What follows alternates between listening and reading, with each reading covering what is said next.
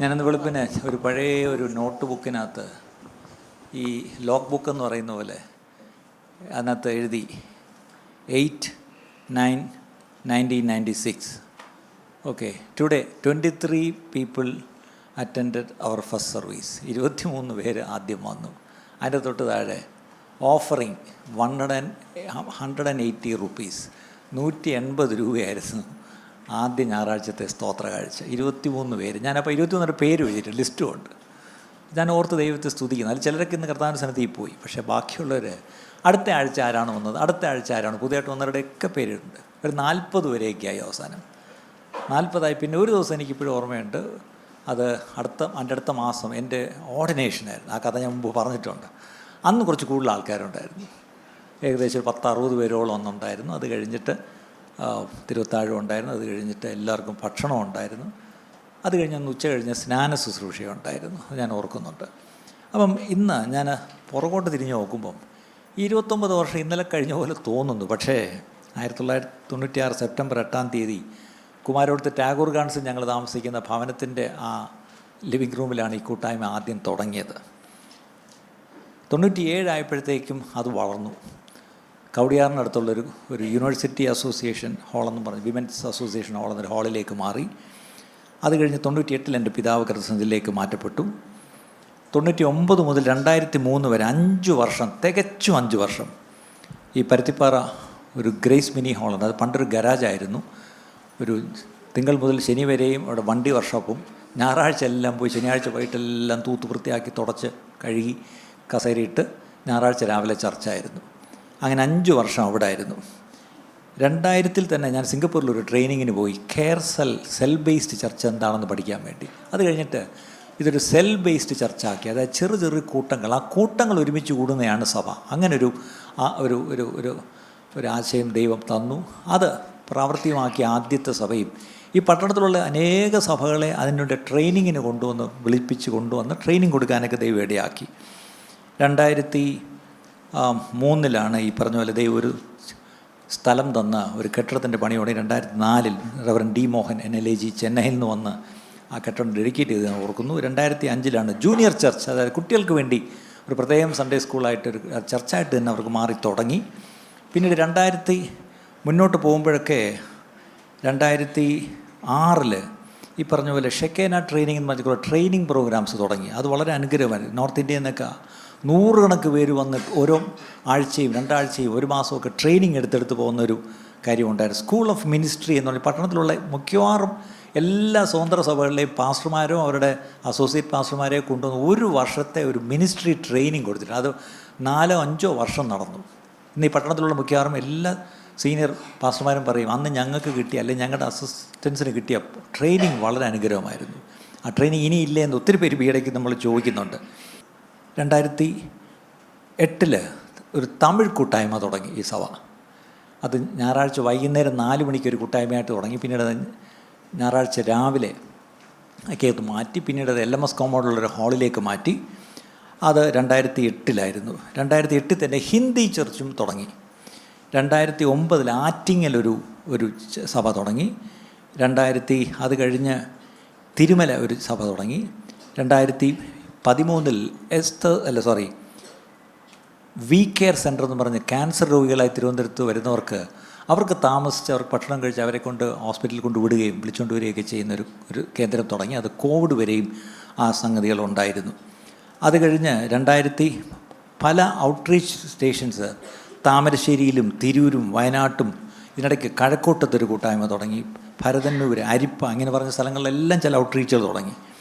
2018 ഞാൻ ചുരുക്കി പറയുകയാണ്, ദൈവം ഞാനിങ്ങനെ എഴുതി വെച്ചു, sovereignly brought into existence as an independent congregation by the lord. അതവിടെ എഴുതിയൊരു പോസ്റ്റർ അവിടെ കണ്ടാൽ അറിയാം. അതായത് ദൈവത്തിൻ്റെ പരമാധികാരത്തിൽ ഒരു സ്വതന്ത്ര കൂട്ടായ്മയായി 2018 ഡിസംബർ മാസം അവസാന ആഴ്ച ഇവിടെ ഒരു കൂട്ടായ്മ ഇങ്ങനെ തുടങ്ങാൻ ദൈവം ഒരു അവസരം ഉണ്ടാക്കി. അതിന് ശേഷം വീണ്ടും ഈ കൂട്ടായ്മ അത് കഴിഞ്ഞ ഉടനെ 2020 കോവിഡ് വന്ന് പൂട്ടി. നിങ്ങൾക്കറിയാം, ലോക്ക്ഡൗൺ. പക്ഷേ കോവിഡ് ലോകം മൊത്തം ക്രൈസിസ് എന്ന് പറഞ്ഞപ്പം ഈ സഭയെ സംബന്ധിച്ചോളം അതൊരു ഓപ്പർച്യൂണിറ്റി ആയിട്ട് മാറി. കാര്യം ഇവിടെയുള്ള ഓൺലൈൻ സർവീസുകൾക്ക് മുടക്കം വന്നില്ല. എത്ര കോവിഡ് വന്നപ്പോഴും എല്ലാ ചർച്ചുകളും പൂട്ടിയപ്പോഴും ആരെങ്കിലുമൊക്കെ ഇതിലേക്കൂടെങ്കിലും വെട്ടിച്ച് ഇവിടെ വന്ന് ഞായറാഴ്ച രാവിലെ ഓൺലൈൻ ഇവിടെ ഇരുന്ന് ഇവിടെ ഓഡിയൻസ് ഒന്നുമില്ല, പക്ഷേ ഇവിടെ പ്രസംഗിക്കും, ഇവിടെ പാട്ടുപാടും. അതിലോമ്പാടുള്ള അനേകർ ആ കോവിഡ് സമയത്തിരുന്ന് കാണാനും കേൾക്കാനും വചനം പഠിക്കാനും ദൈവത്തെ ആരാധിക്കാനും ഈവൻ തിരുവത്താഴം പോലും നമ്മൾ ഓൺലൈനിൽ കൂടെ അന്ന് തുടങ്ങി. ഇന്ന് പലരും അത് ചെയ്യുന്നു, പക്ഷേ ഇതൊന്നും ഇല്ലാത്ത കാലത്ത് ദൈവം അത് ചെയ്യുവാനുള്ള ഇടയാക്കി. അന്ന് ഏറ്റവും വലിയ സന്തോഷം 2020 വിർച്വൽ സർവീസസ്, അതായത് നമ്മുടെ ഓൺലൈൻ സർവീസസ് വളരെ ആക്റ്റീവായിട്ട് പോകാൻ തുടങ്ങി. അതെനിക്കിപ്പോഴും ഓർമ്മയുണ്ട്. ഇവിടുത്തെ യൂട്യൂബ് ചാനലിന് 700 സബ്സ്ക്രൈബേഴ്സേ ഉള്ളായിരുന്നു. പക്ഷേ ഇന്ന് രാവിലെ നോക്കിയപ്പോൾ 23,800 സബ്സ്ക്രൈബേഴ്സ് ഉണ്ട്. 1,800 വീഡിയോസ് കിടപ്പുണ്ട്. ഓരോ ഞായറാഴ്ചത്തെ എല്ലാ സർവീസുകൾ പൊറോട്ടകൾ മുഴുവൻ കിടപ്പുണ്ട്. മുഴുവൻ പ്രസംഗങ്ങൾ ഇവിടെ ആര് വന്ന് പ്രസംഗിച്ചിട്ടുണ്ടെങ്കിലും അത് നിങ്ങൾ യൂട്യൂബിൽ പോയാൽ കാണാം. അതിൻ്റെ അർത്ഥം ഈ ദൈവവചനം ആർക്കു വേണമെങ്കിലും പൊറോട്ട എടുത്തെടുത്ത് കേൾക്കാനും പഠിക്കാനും അനേകരുടെ വിടുതലിനും അനേകരുടെ രക്ഷയ്ക്കും അനേകരുടെ ആശ്വാസത്തിനും അനേകരുടെ ശിഷ്യത്വത്തിനും അല്ലേ കർത്താവിന് വേണ്ടിയുള്ള ഒരുക്കത്തിനും എല്ലാം ഈ പ്രത്യേകിച്ച് ഈ ഓൺലൈൻ പ്രവർത്തനങ്ങൾ വളരെ ദൈവം എടുത്ത് ഉപയോഗിച്ചു. അത് കഴിഞ്ഞ ശേഷം ഈ പറഞ്ഞ പോലെ 2022 ദൈവം നമുക്ക് 2 ഏക്കർ സ്ഥലം തന്ന് നമുക്ക് ഹൗസ് ഓഫ് ഹോപ്പ് എന്നൊരു പ്രോജക്റ്റ് തുടങ്ങി. അതിൻ്റെ പണി ഏകദേശം അതിൻ്റെ പൂർത്തീകരണത്തിലേക്ക് വരുന്ന കർത്താവ് അനുവദിച്ചാൽ ഈ വർഷം ഒടുവിൽ അത് തുറക്കുമെന്ന് നമ്മൾ പ്രതീക്ഷിക്കുന്നു. 2023 പകൽ വീടെന്നൊരാശയം തന്നു, അത് തുടങ്ങി. ഞാൻ ചിന്തിക്കുകയായിരുന്നു, ഇന്ന് പുറകോട്ട് ചിന്തിക്കുമ്പം നമ്മുടെ കൊച്ചു കുഞ്ഞുങ്ങൾ, പ്രത്യേകിച്ച് കുഞ്ഞുങ്ങളെ നമ്മൾ വളരെ കരുതുന്നവരാണ്. ഏകദേശം 100ഓളം കുഞ്ഞുങ്ങൾ നമ്മുടെ സൺഡേ സ്കൂളിലുണ്ട്. അവർക്ക് ലിറ്റിൽ ഹാർട്ട്സ് എന്ന പേരിൽ അടുത്ത ഹാളിൽ ഒരു ശുശ്രൂഷ നടക്കുന്നു. ഇന്നിപ്പോൾ ഫസ്റ്റ് സൺഡേ ആയത് കാരണം അവരും കൂടെ നമ്മുടെ കൂടെ ഉണ്ട്. ചെറുപ്പക്കാർക്ക് വേണ്ടി നെക്സ്റ്റ് ജെൻ എന്നൊരു കൂട്ടായ്മ ശനിയാഴ്ച നടക്കും. ഇന്ന് രാവിലത്തെ നെക്സ്റ്റ് ജെൻ കുട്ടികളാണ് വർഷിപ്പ് ലീഡ് ചെയ്തതും എക്സോട്ടേഷൻ പറഞ്ഞതും എല്ലാം. ഇന്ന് ഞാനിവിടെ രാവിലെ പ്രസംഗമൊന്നും പറഞ്ഞില്ല ഇംഗ്ലീഷ് സർവീസിൽ. കാര്യം ഒരു ചെറുപ്പക്കാരൻ എന്നെക്കാൾ നീളമുള്ളൊരു പയ്യൻ വന്ന് നന്നായിട്ട് വചനം പറഞ്ഞു മതി. കാരണം ദൈവത്തിന് തൻ്റെ സഭയോട് പറയാനുള്ളത് പറഞ്ഞു കഴിഞ്ഞു എന്ന് ഞാൻ വിശ്വസിക്കുന്നു. ഒരു 15 വയസ്സുണ്ടായിരുന്ന തിമോത്തിയോസിനെ പൗലോസ് അത്രയും പ്രോത്സാഹിപ്പിച്ചു വിട്ടെങ്കിൽ ആലോചിച്ച് നോക്കിയാൽ നമുക്കും അടുത്ത തലമുറയെ നമ്മൾ ഇപ്പോഴേ പ്രോത്സാഹിപ്പിച്ചില്ലെങ്കിൽ അടുത്ത തലമുറയിൽ സഭ കാണത്തില്ല പ്രിയപ്പെട്ടവരെ. അതുകൊണ്ടാണ് ഈ സഭ എപ്പോഴും ചെറുപ്പക്കാരെ, പ്രത്യേകിച്ച് യങ് പീപ്പിൾ ഒരുപാട് എൻകറേജ് ചെയ്യുന്നുണ്ട്. മെൻസ് ആൻഡ് വിമൻസ് ഫെലോഷിപ്പ് ബുധനാഴ്ച രാവിലെ 10:30 മണിക്ക് ഇവിടെ ഒരു വിമൻസ് ഫെലോഷിപ്പ് നടക്കുന്നു. വൈകിട്ട് 7 മണിക്ക് മെൻസ് ഫെലോഷിപ്പ് നടക്കുന്നു. സീനിയർ വിമൻസ് ഫെലോഷിപ്പ്, പ്രായമുള്ള അമ്മമാർ ഒത്തിരി പേര്, വരാൻ കഴിയാത്തവരുണ്ട്. അവരെയും നമ്മൾ കരുതി വർഷത്തിലൊരിക്കൽ കൊണ്ടുവന്ന് അവർക്കൊരു കൂട്ടായ്മ. ഷട്ടിൻസ് ആയിട്ട് ഭവനങ്ങളിലിരിക്കുന്നവരും രോഗം കാരണം പ്രായാധിക്യം കാരണം പുറത്ത് വരാൻ കഴിയാത്ത ഒത്തിരി പേര് ഈ ചർച്ചിലുണ്ട്. ഇന്നിപ്പോൾ ഇത് കഴിഞ്ഞ ശേഷം നിങ്ങളെല്ലാം ചോറ് കൊണ്ടേച്ച് വീട്ടിൽ പോകും. 1-2 ടീമുകൾ ഇവിടെ നിന്ന് തിരുവത്താഴം എടുത്തുകൊണ്ട് ആ വീടുകളിൽ ചെന്ന് അവരോടൊപ്പം ഇരുന്നൊരു കൂട്ടായ്മ കൊടുത്ത് അവർക്ക് തിരുവത്താഴവും കൊടുത്തിട്ടാണ് അവർ വൈകിട്ട് വീട്ടിൽ പോകുന്നത്. അതിൻ്റെ അർത്ഥം ചർച്ചിൽ വന്നില്ല എന്ന് പറഞ്ഞുകൊണ്ട് അവർക്ക് കൂട്ടായ്മ ഇല്ലയെന്നില്ല. അവരെ തേടി ചർച്ച് അങ്ങോട്ട് ചെന്ന് അവർക്കൊരു കൂട്ടായ്മ കൊടുക്കുന്നൊരു ശുശ്രൂഷ ആദ്യം മുതലേ ഈ ചർച്ചിൽ ആ ശുശ്രൂഷ ചെയ്യുന്നുണ്ട്. അതേപോലെ തന്നെയാണ് ഒരു എസ്റ്റേഴ്സ് ഫെലോഷിപ്പ് നമ്മൾ തുടങ്ങി, യങ് കപ്പിൾസ് ഫെലോഷിപ്പ് തുടങ്ങി, ഹാർപ്പ് ആൻഡ് ബൗൾ എന്നൊരു പ്രയർ ഫെലോഷിപ്പായി, ഹോപ്പ് ബാൻഡ് എന്ന് പറഞ്ഞ യൂത്തിൻ്റെ ഒരു ബാൻഡ് ഉണ്ടായിരുന്നു. അവർ ഈ ക്രിസ്മസ് ഔട്ട് റീച്ചേഴ്സൊക്കെ പോയി എയർപോർട്ടിലൊക്കെ ചെയ്യുന്നത് ആ ബാൻഡാണ്. പിന്നെ പല ഔട്ട് സ്റ്റേഷൻസ്, ഭരതന്നൂർ, പള്ളിത്തുറ, പിന്നെ ഈ കഴിഞ്ഞ ദിവസങ്ങളിലാണ് ദൈവം തന്ന മറ്റൊരു ഈ കാരസൽസ് ഒന്ന് മാറ്റിയിട്ട് ക്ലസ്റ്റേഴ്സ് എന്നുള്ള പേരിൽ തുടങ്ങി. അതും ഏകദേശം കൃപയാൽ 28ഓളം ക്ലസ്റ്റേഴ്സ് നടക്കുന്നു. പുതിയ 2 ക്ലസ്റ്റേഴ്സ് ഈ ആഴ്ച പുതിയതായിട്ട് തുടങ്ങുന്നു. സ്റ്റാച്യു ജംഗ്ഷനിലൊരു അടുത്തൊരു ക്ലസ്റ്ററും ആനയറ സൈഡിലൊരു ക്ലസ്റ്ററും നിങ്ങൾ ആലോചിക്കുന്നു. അതിനെപ്പറ്റി ഈ ദിവസങ്ങളിൽ അതിനെപ്പറ്റി ഡീറ്റെയിൽസ് പറയുന്നതായിരിക്കും. പിന്നെ ബൈബിൾ ട്രെയിനിങ് ഈ കഴിഞ്ഞ ദിവസങ്ങളിലും എലിയും ബൈബിൾ സ്കൂളിലൂടെ നടക്കുന്നു. നമ്മുടെ BE ട്രെയിനിങ് നടക്കുന്നു. മറ്റൊരു അപ്പോസ്തലൻ റിക്കി ഡിംഗ്ര എന്നൊരു ദേവദാസൻ്റെ ഒരു ട്രെയിനിങ് ചിലർക്കെങ്കിലും അത് വളരെ അനുഗ്രഹമായിരിക്കുന്നു. മിനിസ്ട്രി ട്രെയിനിങ് ആണത്. അപ്പം ഞാനിത് രാവിലെ ഒരു ലിസ്റ്റിംഗ് ഇങ്ങനെ എടുത്തു. നമ്മളിവിടെ നിന്ന് ആരാധിക്കുന്ന ഈ സമയത്ത് ഈ പട്ടണത്തിൽ 3 തമിഴ് ആരാധനകൾ ഇവിടെ നിന്ന് തുടങ്ങിയ ആരാധനകൾ പട്ടണത്തിലാണ്. എത്ര പേര് അത് ഓർക്കുന്നുണ്ട് പ്രിയപ്പെട്ടവർ? LMS കോമഡി 2 സർവീസും ബേക്കറി ജംഗ്ഷനിലൊരു ഹാളിൽ മറ്റൊരു സർവീസും, ന്യൂ ബിഗിനിങ്സ് എന്നുള്ള പേരിലും എലോഹീം തമിഴ് ഫെലോഷിപ്പ് എന്നുള്ള പേരിലും അത് 2 കൂട്ടായ്മകൾ 3 സർവീസ് അവിടെ നടക്കുന്നു. തിരുമലയിലൊരു ആരാധന നടക്കുന്നു, ആറ്റിങ്ങിലൊരു ആരാധന നടക്കുന്നു, കഴക്കൂട്ടത്തൊരു ആരാധന നടക്കുന്നു, മേനംകുളത്തൊരു ആരാധന നടക്കുന്നു, ഹിന്ദി ഉച്ചയൊരു ആരാധന നടക്കുന്നു. രാവിലെ ഒരു ഇംഗ്ലീഷ് ഇവിടെ കഴിഞ്ഞു. ഇനി ഇതൊന്നും കൂടാതെ തന്നെ ഭരതന്നൂർ ഒരു ആരാധന ഇപ്പോൾ ഓൾറെഡി തിരുവത്താഴായിട്ട് ഇവിടുന്ന് ആൾക്കാർ പോയി കഴിഞ്ഞു. പള്ളിത്തുറ ഇവിടെ നിന്ന് 2 കുടുംബങ്ങൾ അവിടെ ആരാധന ഇപ്പോൾ നടത്തിക്കൊണ്ടിരിക്കുന്നു. ഇത് മൊത്തത്തിൽ ഞാനൊന്ന് കൂട്ടിയപ്പം ഏകദേശം 17ഓളം കൂട്ടായ്മകൾ ഈ 29 വർഷത്തിനുള്ളിൽ ഇതുൾപ്പെടെ ഈ പട്ടണത്തിൻ്റെ വിവിധ ഭാഗങ്ങളിലായിട്ട് നടക്കുന്നു. ആയിരക്കണക്ക് പേര് സ്നാനപ്പെട്ട് കർത്താവിനെ അറിയാനുള്ള ഭാഗ്യമുണ്ടായി. ദൈവത്തെ ഒന്ന് സ്തുതിച്ചാട്ട്. ദൈവം ഒരു വലിയ മെഗാ ചർച്ചിൻ്റെ ദർശനമൊന്നും ഞങ്ങൾക്ക് തന്നിട്ടില്ല. ഞാൻ ആദ്യ ഞായറാഴ്ച പറഞ്ഞത് എനിക്ക് ഓർമ്മയുണ്ട്, I believe in house churches. അതുകൊണ്ടായിരിക്കും ദൈവം ഇങ്ങനെ ഹൗസിൽ തന്നെ അങ്ങ് വെച്ചിരിക്കുന്നത്. സാരമില്ല, കാര്യം അതാണ് ഏറ്റവും സന്തോഷം. കാരണം A local church with a global vision എന്നൊക്കെ ഞാൻ കൊണ്ട് പറയും. A local church, but with a global vision. ഇന്ന് ശരിക്കും പറഞ്ഞാൽ ഇന്ന് ഈ ആരാധന നമ്മൾ തിരുവനന്തപുരത്ത് ഒരു മൂലയിലിരുന്ന് ഇവിടെ നിന്ന് കൂടുമ്പം ലോകത്തിൻ്റെ പല ഭാഗങ്ങളിൽ, ഇപ്പം ഓസ്ട്രേലിയയിലുള്ളവരും ന്യൂസിലൻഡിലുള്ളവരും അവർ രാവിലെ ഒരു പക്ഷേ പള്ളിയിൽ പോയാലും ഇല്ലെങ്കിലും ഇപ്പം വൈകുന്നേരം അവിടെ ഇരുന്ന് ഓൺലൈൻ ഈ സർവീസ് കണ്ടുകൊണ്ടിരിക്കുക. ശനിയാഴ്ച പോയിട്ട് അമേരിക്ക പലരും എഴുന്നോട്ട് ഇപ്പോൾ ഈ സർവീസ് കണ്ടുകൊണ്ടിരിക്കുക. ഗൾഫിൽ ചിലരൊക്കെ നേരത്തെ എഴുന്നേറ്റ് ഈ സർവീസ് കണ്ടുകൊണ്ടിരിക്കുന്നവരുണ്ട്. അതിൻ്റെ അർത്ഥം A local church with a global vision എന്നുള്ളത് പണ്ട് ഞാനൊരു സ്ലോഗൻ പോലെ പറഞ്ഞു, പക്ഷേ ഇന്ന് അക്ഷരാർത്ഥത്തിൽ അത് സംഭവിച്ചുകൊണ്ട് ഇവിടെ ഒരു അറിയിപ്പ് ഒരാൾക്ക് വേണ്ടി പ്രാർത്ഥിക്കണമെന്ന് പറയുമ്പോൾ നമ്മളെല്ലാം കൂടെ പ്രാർത്ഥിച്ചു പോലും പ്രാർത്ഥിച്ചില്ല പോലും.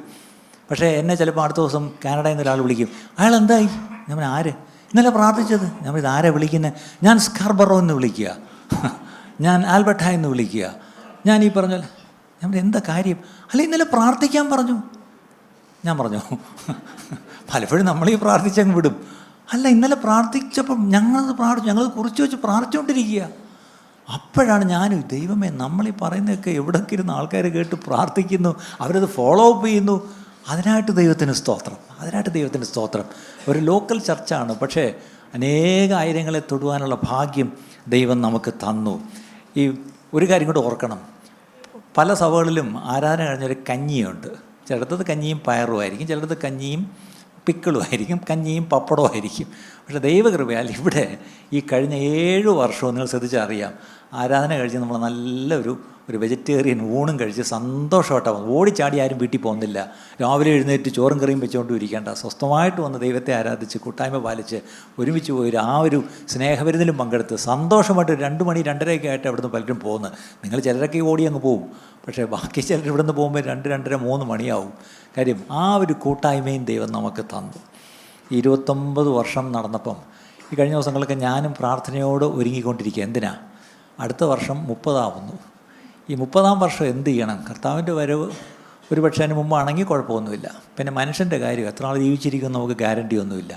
അപ്പം ഞാനിന്ന് രാവിലെ ദൈവത്തോട് പറഞ്ഞു, കർത്താവ് ഞാൻ ഇതുവരെ ഒരു ബ്രേക്ക് എടുത്തിട്ടില്ല. നിങ്ങൾക്ക് അറിയാവുന്നവർക്കറിയാം, ഞാനിങ്ങ് ഒരു വെക്കേഷന് പോയി നിങ്ങൾ കണ്ടിട്ടില്ല. കഴിയുമെങ്കിൽ ഞായറാഴ്ച ഞാനിവിടെ ഉണ്ടെന്നുള്ള കാര്യം നിങ്ങൾക്കറിയാം. നിവൃത്തിയില്ലെങ്കിൽ യാത്ര ചെയ്യുകയാണെങ്കിൽ മാത്രം മറ്റ് ചർച്ചകളിലെല്ലാം പോകും. അത് ഞാൻ മറ്റ് ചർച്ചകളിൽ ഇപ്പോൾ ഒത്തിരി പോകുന്നില്ല. കഴിഞ്ഞ ആഴ്ചയാണ് എത്രയോ നാളിന് ശേഷം ഒരു സഭയിലേക്ക് ഇങ്ങനെ പോകാം. അതൊരു വാർഷികമായതുകൊണ്ട് പോയതേ ഉള്ളൂ. വിദേശങ്ങളിലൊക്കെ യാത്ര ഈ ദിവസങ്ങളിലൊക്കെ ഞാൻ ചിലത് പോയി. പക്ഷേ അവിടെയൊക്കെ ചെല്ലുമ്പം അവരൊക്കെ ചോദിക്കും, ഷോപ്പിങ്ങിന് പോകണ്ടേ, അല്ലെങ്കിൽ ഇപ്പോൾ സ്ഥലം കാണാൻ പോകണ്ടേ? ഞാൻ പറഞ്ഞൊരു വാക്കാണ്, എനിക്ക് സ്ഥലവും കാണണ്ട ഷോപ്പിങ്ങും വേണ്ട, അതിൻ്റെയൊക്കെ കാലം കഴിഞ്ഞു. ഞാൻ വന്ന ശുശ്രൂഷ ചെയ്തിട്ട് തിരിച്ചു പോവാം. ചർച്ചയിൽ നിന്നൊക്കെ നേരെ പെട്ടിയെടുത്തുകൊണ്ട് എയർപോർട്ടിൽ വന്നിട്ടുണ്ട്. അതിൻ്റെ അർത്ഥം ഇനിയുള്ള കാലം ഈ വേറൊന്നുമല്ല. എനിക്ക് ദൈവം തന്നൊരു വലിയ ദർശനം ഞാനൊന്ന് കുറിച്ച് വെച്ച് രാവിലെ, മറ്റൊന്നുമല്ല. ആദ്യകാലത്ത് ദൈവം എന്നോട് പറഞ്ഞൊരു കാര്യമാണ്, പ്രീച്ച് ദ വേർഡ്. ദൈവവചനം പ്രസംഗിക്കണം. സമയത്തും അസമയത്തും നീ ഒരുങ്ങിയിരിക്കണം, ദൈവവചനം പ്രസംഗിക്കണം.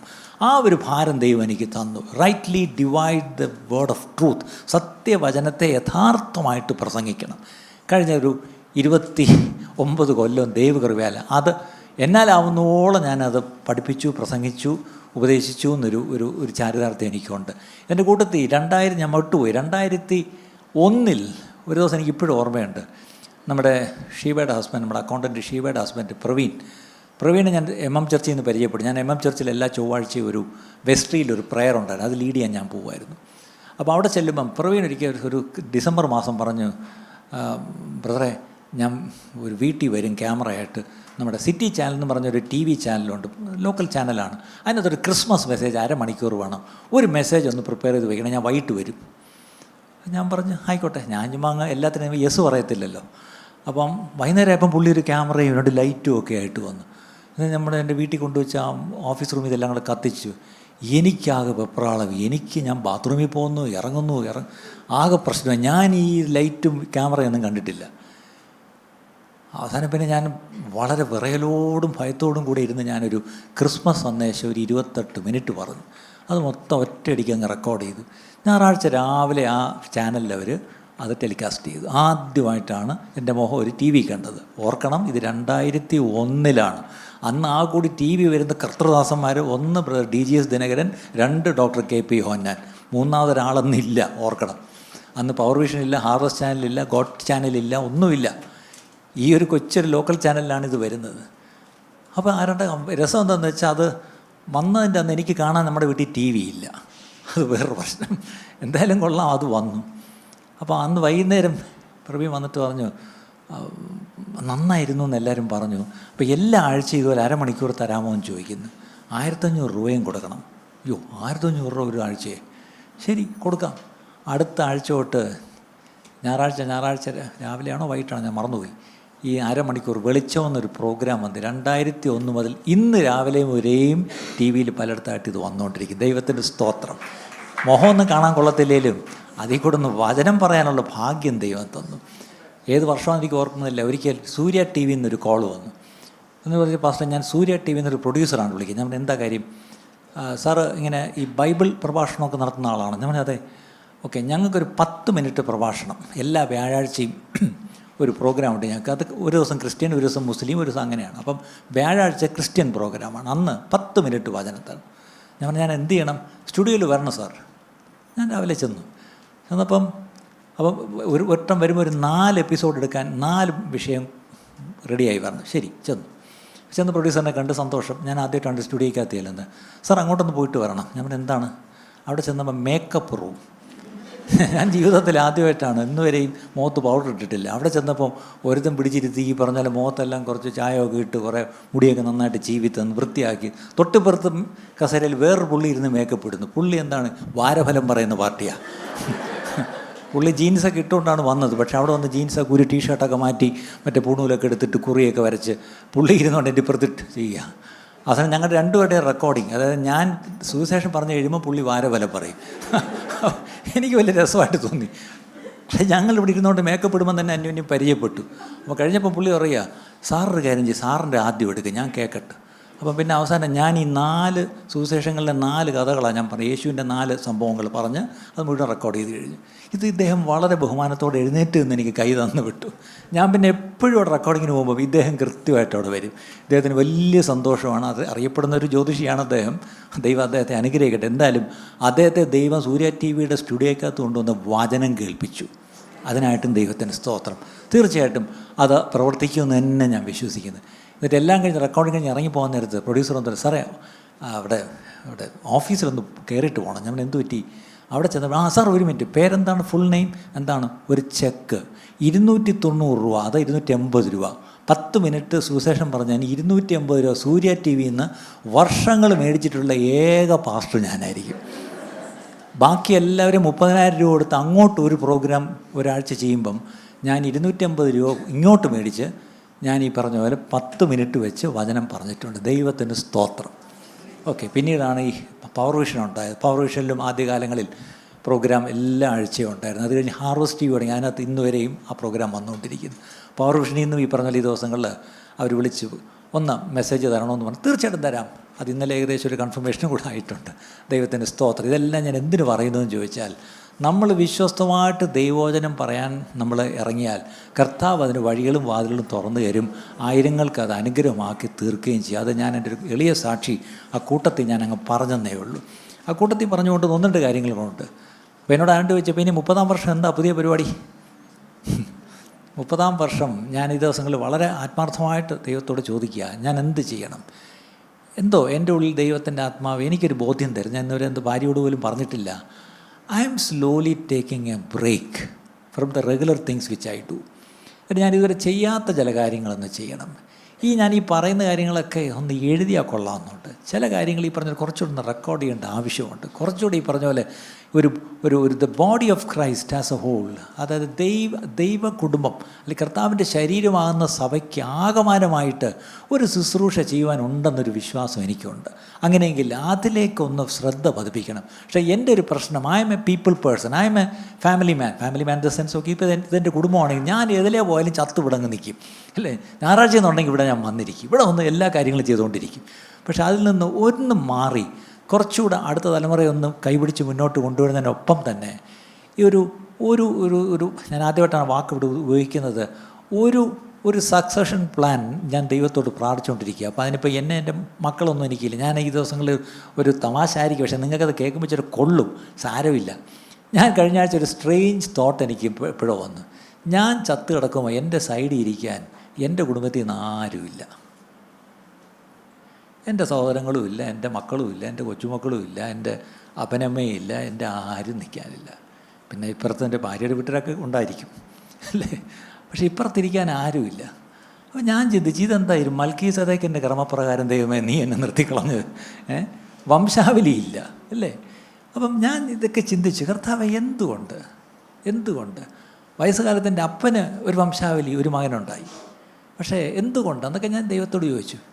അപ്പോൾ ഞാനത് പരിഭവമായിട്ട് പറഞ്ഞതല്ല, തമാശയായിട്ട് പറഞ്ഞു. ഞാനിപ്പോൾ ഇതെല്ലാം തമാശാക്കാൻ പഠിച്ചിട്ടുണ്ട്. അപ്പോൾ തമാശയായിട്ട് ദൈവത്തോട് പറഞ്ഞ്, കർത്താവേ വംശാവലിയൊക്കെ എടുത്ത് വലിയ എന്താണ് മത്തായി 1 ഒക്കെ വലിയ വംശാവലിയൊക്കെ ഉണ്ട്, പക്ഷെ എന്നെക്കൊണ്ട് നീ അങ്ങ് നിർത്തി, അത് കഴിഞ്ഞില്ല. അതുകൊണ്ട് ഇവിടെ യാതൊരു വഴക്കുമില്ല, ഇവിടെ സ്ഥാനത്തിനും സ്വത്ത് പിടിച്ചെടുക്കാനും ഒന്നിനും ആരുമില്ല, കാരണം ഇല്ലല്ലോ. അപ്പോൾ ഇതിൽ നിന്ന് ഒരു കാര്യം മനസ്സിലായി, ക്രിസ്തുവിൽ അനേകരെ ജനിപ്പിക്കുവാനുള്ള ഭാഗ്യം ദൈവം എനിക്ക് തന്നു, അനേകരെ ക്രിസ്തുവിലേക്ക് കൊണ്ടുവരാനുള്ള ഭാഗ്യം ദൈവം എനിക്ക് തന്നു, അനേകരെ ഈ പറഞ്ഞ പോലെ സ്നാനപ്പെടുത്തി ക്രിസ്തുവിൻ്റെ സഭയോട് ചേർക്കുവാനുള്ള ഭാഗ്യം തന്നു, എത്രയോ പേരെ കല്യാണം കഴിപ്പിച്ചു കൊടുത്തു, എത്രയോ പേരെ കൊണ്ട് പ്രത്യാശയോടെ കൊണ്ട് മണ്ണിടിയിൽ കുഴിച്ചിട്ടു, എത്രയോ പേരെ കർത്താവിൻ്റെ വേലയ്ക്കായിട്ട് അവരെ കൈവച്ച് അവരെ വേർതിരിച്ചു വിട്ടു അല്ലേ? അങ്ങനെയെങ്കിൽ തീർച്ചയായിട്ടും ഇനിയും ദൈവം തന്ന ആയുസ് അതുമാത്രമേ ഉള്ളു ചെയ്യാൻ. പക്ഷേ അതിനകത്തൊരു കാര്യം, ഇപ്പം ചെയ്യുന്ന കാര്യങ്ങൾ ഇതേ ഇപ്പം ഇന്ന് ആരങ്ങോട്ട് കയറി വന്നപ്പോൾ ഒരു സൗകര്യം പറഞ്ഞു, കഴിഞ്ഞ ആഴ്ച എവിടെ ആയിരുന്നു, ഞങ്ങൾക്കത് ശരിക്കും അത് അറിയാനുണ്ടായിരുന്നു. ഇങ്ങനെയുള്ളവരാണ് എന്നെ ചീത്തയാക്കുന്നത്. അതുകൊണ്ട് ഞാനൊരു മുന്നറിയിപ്പ് പറയാം, ഇനി മേലാൽ എന്നെ കൂടുതലൂടെ കണ്ടില്ലേലും അയാൾ ദൈവം വിളിച്ചെടുത്ത് എന്തോ കാര്യത്തിന് പോയി എന്ന് പറഞ്ഞങ്ങ് വിട്ടേക്കണം. കാരണം നിങ്ങളുടെ സ്വാർത്ഥതയാണ് ഞായറാഴ്ച ഞാൻ തന്നെ ഇവിടെ വന്ന് നിൽക്കണം എന്നുള്ളത്. ഇത്രയും നാളെ ഞാൻ നാണം കെട്ടങ്ങ് നിന്നു നിങ്ങളെ സന്തോഷിപ്പിക്കാൻ വേണ്ടി. ഇനി ഞാൻ അങ്ങോട്ടും ഇങ്ങോട്ടൊന്ന് മാറിയാലും കർത്താവിൻ്റെ ശരീരമാകുന്ന സഭയ്ക്ക് എന്നെ വേണമെന്ന് നല്ല ബോധ്യം ദൈവം എനിക്ക് തന്നിട്ടുണ്ട്. അത് ഏതൊക്കെ തരത്തിലാണ് ഫിസിക്കലി പോകുമെന്ന് എനിക്കറിയത്തില്ല, പക്ഷേ ക്രിസ്തുവിൻ്റെ ശരീരമാകുന്ന സഭയ്ക്ക് പ്രത്യേകിച്ച് ഈ അന്ത്യകാലങ്ങളിൽ പ്രത്യേകിച്ച് ഈ സത്യവചനം യഥാർത്ഥമായിട്ട് പ്രസംഗിക്കേണ്ട ആവശ്യം. ഇന്നലെ 2 പേര് എന്നോട് 2 കാര്യങ്ങൾ എന്നെ വിളിച്ച് ഫോണിൽ എന്നെ പരിചയമില്ലാത്തവരാണ്, അവർ വിളിച്ചിട്ട് ചില സംശയങ്ങൾ ചോദിച്ചു. ഈ ദിവസങ്ങളിൽ കേൾക്കുന്ന ചില പ്രസംഗങ്ങൾ അത് വളരെ തെറ്റിപ്പിക്കുന്ന പ്രസംഗമാണ്. ഒരാൾ ഓടിച്ചെന്നൊരു പ്രസംഗം കേൾക്കാൻ ചെന്നപ്പം നരകത്തിന് ഇത്ര അറകളുണ്ട്. അപ്പോൾ ഈ നരകത്തിൻ്റെ അറയും കേട്ട് സത്യം പറഞ്ഞാൽ പിന്നെ കൂടുതൽ കേട്ട് അവസാനം ഒരുതരം പുള്ളി ഇന്നലെ പറഞ്ഞ വാക്ക് ഞാൻ മറന്നുപോയി, ഞാനൊരു സൈക്കിക്കായിട്ട് മാറി.